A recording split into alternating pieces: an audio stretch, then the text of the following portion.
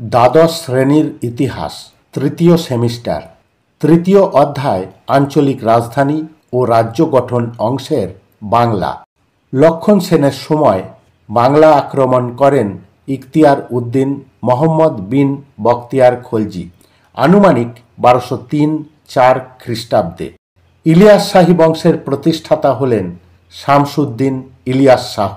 তিনি ছিলেন বাংলার প্রথম স্বাধীন সুলতান। ইলিয়াস শাহের প্রথম রাজধানী ছিল লক্ষণাবতী বা লখনৌতি। তিনি 1353 খ্রিস্টাব্দে পান্ডুয়ায় রাজধানী স্থানান্তরিত করেন। নেপালের পশুপতিনাথের মূর্তি ধ্বংস করেন ইলিয়াস শাহ। আরও ধ্বংস করেন নেপালের স্বয়ংভূনাথ স্তূপ ও মন্দির। দিল্লির সুলতান ফিরোজ শাহ তুঘলক বাংলা আক্রমণ করেন দুবার। প্রথমবার ইলিয়াস শাহের সময়, দ্বিতীয়বার সিকান্দর শাহের সময়। আদিনা মসজিদ নির্মিত হয় পান্ডুয়ায়। সিকান্দর শাহ সিরিয়ার দামাস্কাসের উমাইয়া মসজিদের অনুকরণে এটি নির্মাণ করেন। গিয়াসউদ্দিন আজম শাহের রাজত্বকালে বাংলায় আসেন চীনা পর্যটক মা হুয়ান। তিনি ছিলেন চীন সম্রাট ইয়ং লির দূতের সফর সঙ্গী। আলাউদ্দিন ফিরোজ শাহকে হত্যা করে বাংলায় হিন্দু রাজবংশের প্রতিষ্ঠা করেন রাজা গণেশ। 1415 খ্রিস্টাব্দে ইলিয়াস শাহী বংশের সাময়িক অবসান ঘটে। রাজা গণেশের পর বাংলার সিংহাসনে বসেন তার পুত্র জালাল উদ্দিন। ইসলাম ধর্ম গ্রহণের পর যদুর নাম হয় জালাল উদ্দিন মোহাম্মদ শাহ। বাংলায় ইলিয়াস শাহী বংশ পুনঃপ্রতিষ্ঠা করেন নাসিরউদ্দিন মামুদ শাহ। এই শাহী বংশের শেষ সুলতান হলেন জালালউদ্দিন ফতে শাহ। শ্রীকৃষ্ণ বিজয় কাব্যের রচয়িতা হলেন মালাধর বসু। তাকে গুণরাজ খাঁ উপাধিতে ভূষিত করেন ইলিয়াস শাহী বংশের রুকুন উদ্দিন বারবক শাহ।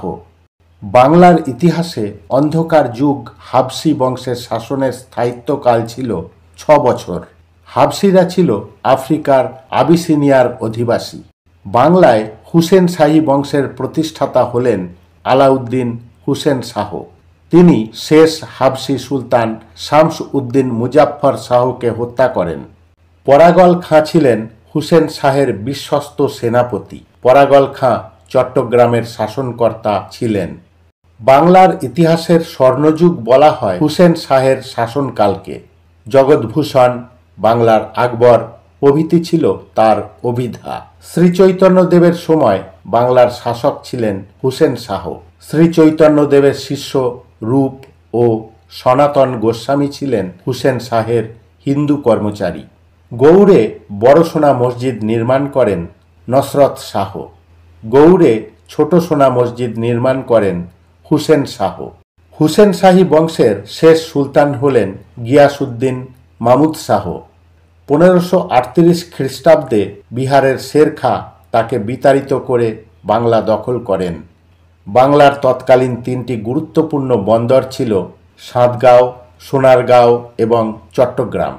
মানচিত্রে নির্দিষ্ট স্থান চিহ্নিত করে দেওয়া আছে: গৌড়, সোনারগাঁও, চট্টগ্রাম, সাঁতগাঁও। ধন্যবাদ।